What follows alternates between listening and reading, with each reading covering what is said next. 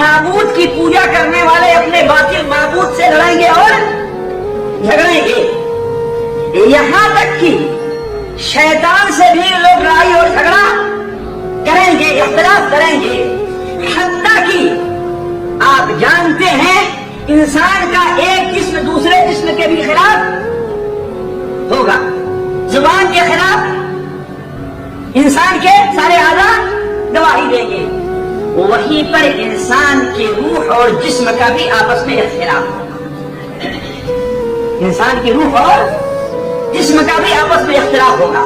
امام ابن بندہ رحمہ اللہ نے ایک کتاب لکھی ہے الروح، ایک کتاب لکھی ہے الروح، اس میں حضرت عبداللہ ابن عباس رضی اللہ تعالیٰ عنہ کی ایک روایت صحیح سند سے نقل کرتے ہیں کہ قیامت کے دن لوگوں کے آپس میں اختلاف اور لڑنے کی صورت یہاں تک پہنچ جائے گی کہ جسم روح سے مخاصمت کرے جو لڑے گا، روح کہے گی جسم سے غلطی تیری ہے، گناہ کا کام کرتا تھا تو لذت اندوزی تو حاصل کرتا تھا، ہاتھ سے پکڑتا تو تھا، پاؤں سے چلتا تو تھا، زبان سے چکھتا تو تھا، آنکھ سے دیکھتا تو تھا، لیکن جسم کہے گا نہیں، اصل غلطی تیری ہے، اصل غلطی تیری ہے، اس لیے کہ تو اگر ہمارے جسم کے اندر نہ ہوتی تو میرے ہاتھ اور پیر کسی کام کے نہیں تھے۔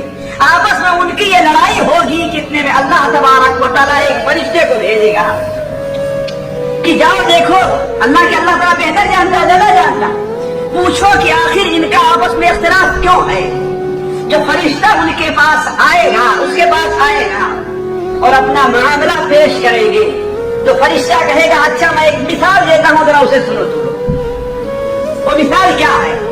کہا کہ ایک اندھا ہے اور ایک پیر سے اپاہج آدمی ہے جو بیٹھا ہوا ہے، چل نہیں سکتا، دونوں ایک باغ میں ہیں اور باغ کے درختوں میں اچھے اچھے پھل دکھائی دے رہے ہیں، اچھے اچھے پھل دکھائی دے رہے ہیں۔ اندھا چل تو سکتا ہے لیکن پھلوں کو توڑ نہیں سکتا، دیکھ نہیں سکتا، اور اپاہج جو ہے پیروں سے وہ پکڑ تو سکتا ہے، دیکھ تو سکتا ہے لیکن چل نہیں سکتا۔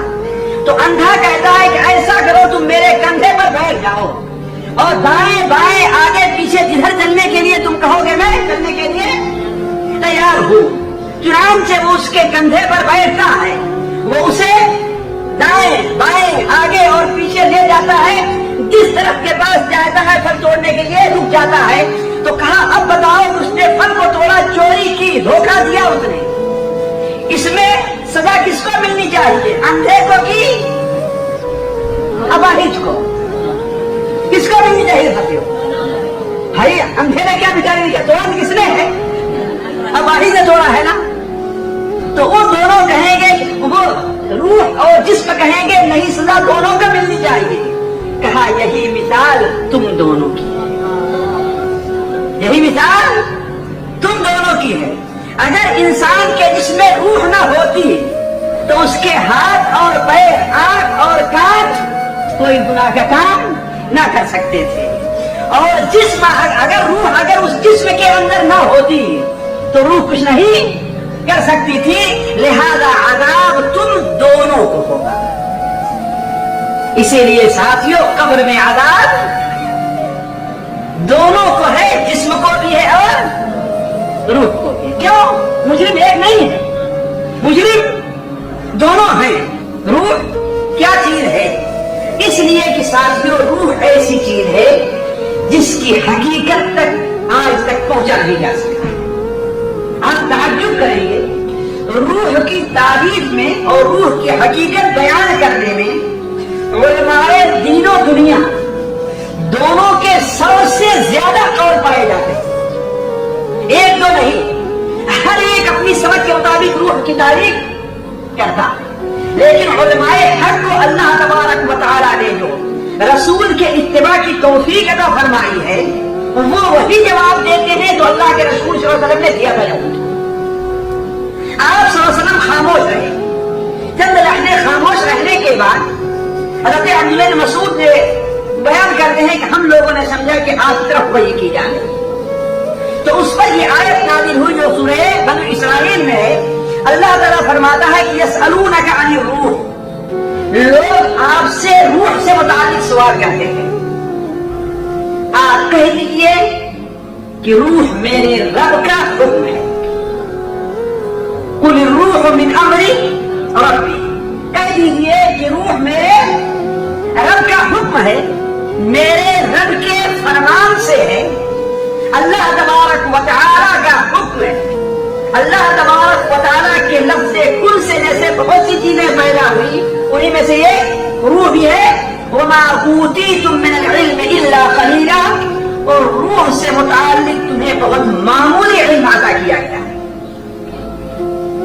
ساتھیوں، آج تک قرآن مجید کا یہ چیلنج ہے کہ روح کے بارے میں لوگوں کی معلومات کم اور بہت کم، خاص طور پر وہ لوگ جو سائنس اور فلسفے کی بنیاد پر اپنا علم رکھنا چاہتے ہیں اور اسی لحاظ سے سوچنا چاہتے ہیں کہ روح جب کسی انسان کے جسم میں، کسی حیوان کے جسم میں رہتی ہے تو وہ چلتا ہے، پھرتا ہے، کھاتا ہے، بڑھتا ہے، بیمار ہوتا ہے، شفایاب ہوتا ہے، تندرستی ملتی ہے، اس کے اندر نمو اور بڑھوتری پائی جاتی ہے، لیکن روح اگر اس کے جسم سے نکل جائے تو وہ بیکار ہو جاتا ہے۔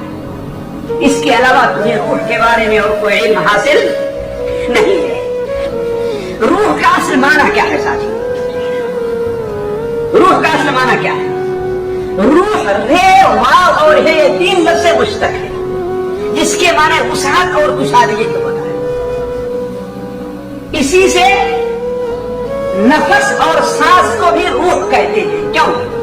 اس لیے کہ انسان جب سانس لیتا ہے، سانس بند ہو جائے اسے تنگی محسوس ہوتی ہے، اور سانس آتی جاتی رہے تو اسے کشادگی ملتی ہے۔ اسی لیے رحمت کو بھی روح کہا گیا ہے۔ کیوں؟ انسان کو جب نعمت اور رحمت حاصل ہوتی تو وہ کشادگی اور خوشی محسوس کرتا ہے، اور اگر اسے اللہ کی نعمتیں، رحمتیں، رزق اور یہ حاصل نہیں ہے تو اپنی زندگی میں کیا ہے وہ؟ اگر کھلے میدان میں اسے چھوڑ دیجیے وہ محسوس کرے گا میری تنگ جگہ ہے کہ نہیں؟ تو روح کا اصل معنی کیا ہے؟ کشادگی کے۔